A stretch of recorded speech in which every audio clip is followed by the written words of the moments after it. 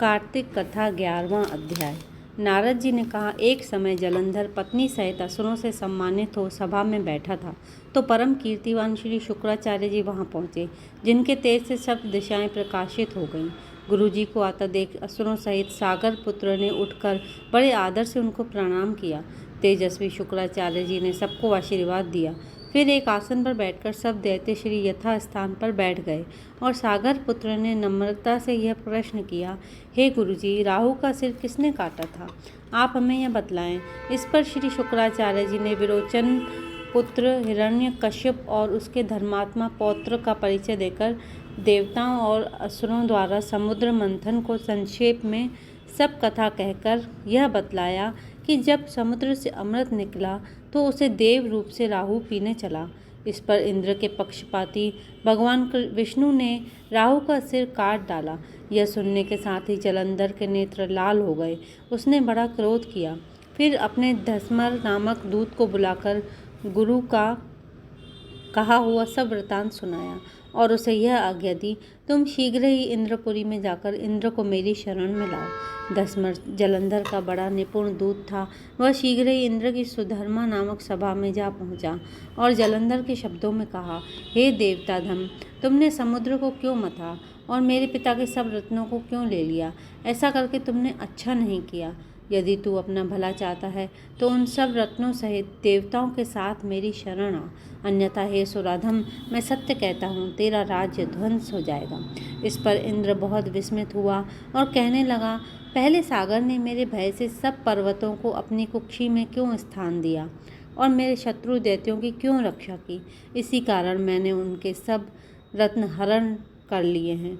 मैं भी सत्य कहता हूँ कि मेरा द्रोही सुखी नहीं रह सकता।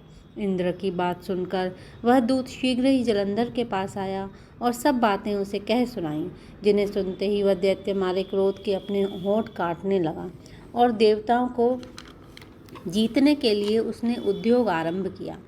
फिर तो सब दिशाओं तथा पाताल से करोड़ों दैत्य उसके पास पहुंच गए। शुंभ निशुंभ सेनापतियों को साथ लेकर जलंधर इंद्र से युद्ध करने लगा। शीघ्र ही इंद्र के नंदन वन में उसने अपनी विशाल सेना उतार दी। वीरों की शंख ध्वनि और घोर गर्जन से इंद्रपुरी गूंज उठी। अमरावती छोड़ देवता उनसे युद्ध करने चले। भयानक मारकाट हुई। दोनों पक्षों के आचार्य अपने अपने मृतकों को जिलाने लगे। असुरों के आचार्य गुरु शुक्र अपनी मृत संजीवनी विद्या से और देवगुरु बृहस्पति द्रोणागिरी से औषधि लाकर मुर्दों को जिलाते रहे।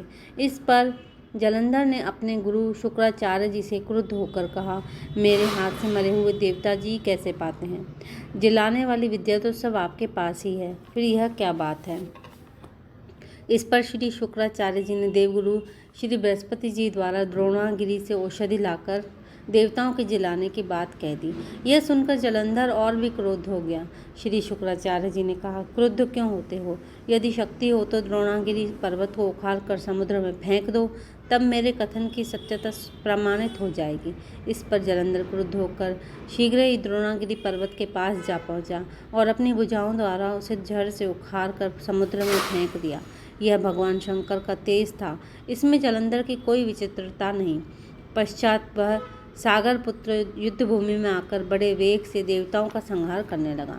जब बृहस्पति औषधि लेने के लिए द्रोणागिरी पर्वत पर पहुंचे तो द्रोणागिरी की जगह वहां पर उन्हें सूना मैदान मिला।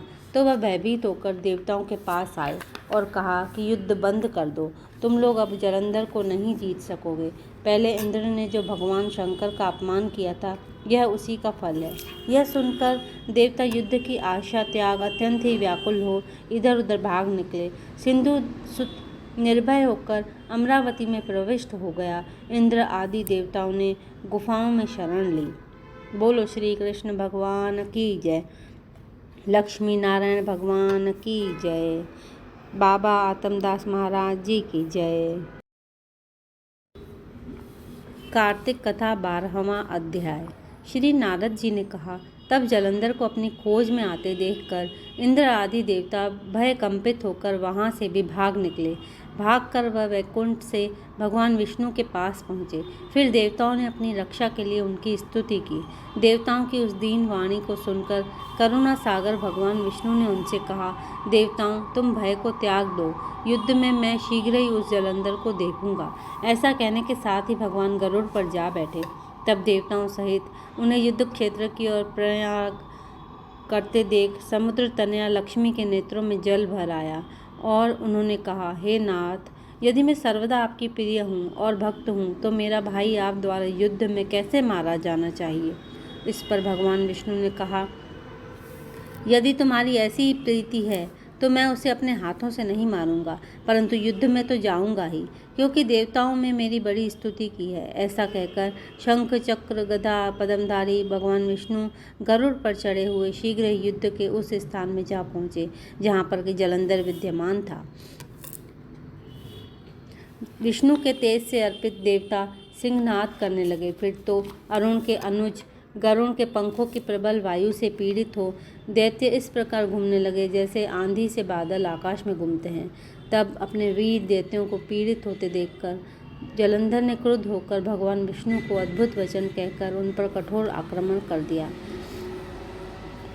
बोलो श्री कृष्ण भगवान की जय। लक्ष्मी नारायण भगवान की जय। बाबा आत्मदास महाराज जी की जय। कार्तिक कथा 13वां अध्याय। नारद जी बोले, दैत्यों के तीक्ष्ण प्रहारों से व्याकुल देवता इधर उधर भागने लगे। तब इंद्र आदि को इस प्रकार भयभीत देखकर गरुड़ पर चढ़े भगवान युद्ध में आगे बढ़े। उन्होंने अपना शारंग नामक धनुष उठाकर बड़े जोर से टंकोर किया। त्रिलोकी शब्दित हो गई। पल मात्र में ही भगवान विष्णु ने हजारों दैत्यों के सिर काट गिराए। यह देख जलंधर के क्रोध की सीमा न रही। फिर तो भगवान विष्णु और जलंधर का महान संग्राम हुआ। बाणों से आकाश भर गया। लोग आश्चर्य करने लगे। भगवान विष्णु ने अपने बाणों के वेग से उस दैत्य की ध्वजा, छत्र और धनुष बाण काट डाले तथा एक बाण से उसकी छाती में प्रहार किया। इससे व्यथित हो उसने अपनी प्रचंड गदा उठा गरुड़ के मस्तक पर दे मारी। गरुड़ पृथ्वी पर गिर पड़ा। साथ ही क्रोध से उस दैत्य ने होंठ काटे और भगवान विष्णु की छाती में एक तीक्ष्ण बाण मारा। इसके उत्तर में भगवान विष्णु ने उसकी गदा काट दी और अपने शारंग धनुष पर बाण चढ़ा चढ़ाकर उसको बींधना प्रारंभ किया। जलंधर भी उन पर अपने पैने बाण बरसाने लगा। उसी समय जलंधर ने भगवान विष्णु को कई पैने बाण मारकर वैष्णव धनुष को काट दिया। धनुष कट जाने पर भगवान ने गदा ग्रहण कर ली और शीघ्र ही जलंधर को खींचकर मारी भी, परंतु उस अग्निवत मोग गदा के मार से भी वह चलायमान न हुआ और मदोन्नत हाथी के समान उसे यानी गदा की मार को फूल की माला ही जाना। साथ ही उस युद्ध दुर्मद ने अत्यंत ही क्रुद्ध होकर एक अग्निमुख त्रिशूल उठाकर विष्णु पर छोड़ दिया। भगवान विष्णु ने शिव के चरणों का स्मरण कर नंदक नामक त्रिशूल से उसके त्रिशूल को छेद दिया। जलंधर ने झटककर भगवान विष्णु की छाती में एक मुष्टिक मारा। उसके उत्तर में भगवान विष्णु ने भी उसकी छाती पर अपनी मुष्टिका का प्रहार किया। फिर दोनों घुटने टेककर बाहों और मुष्टकों से बाहु युद्ध करने लगे। कितनी ही देर तक भगवान विष्णु उसके साथ युद्ध करते रहे। वह कुछ भ्रमित से हो गए। तब सर्वश्रेष्ठ मायावी भगवान उस दैत्य राज से मेघवाणी में बोले, हे रण दुर्मम दैत्य श्रेष्ठ, तू धन्य है जो उस महायुद्ध में इतने बड़े बड़े आयुधों से भी भयभीत न हुआ। तेरे इस युद्ध से मैं बड़ा प्रसन्न हूँ। तू जो चाहे मांग, मैं अदेय वस्तु भी आज उसको दे दूंगा। मायावी भगवान विष्णु की ऐसी वाणी सुनकर जलंधर ने कहा, हे भावुक, यदि आप मुझ पर प्रसन्न हैं तो यह वर दीजिए कि आप मेरी बहन के साथ तथा अपने सारे कुटुंबियों सहित मेरे घर पर निवास करेंगे।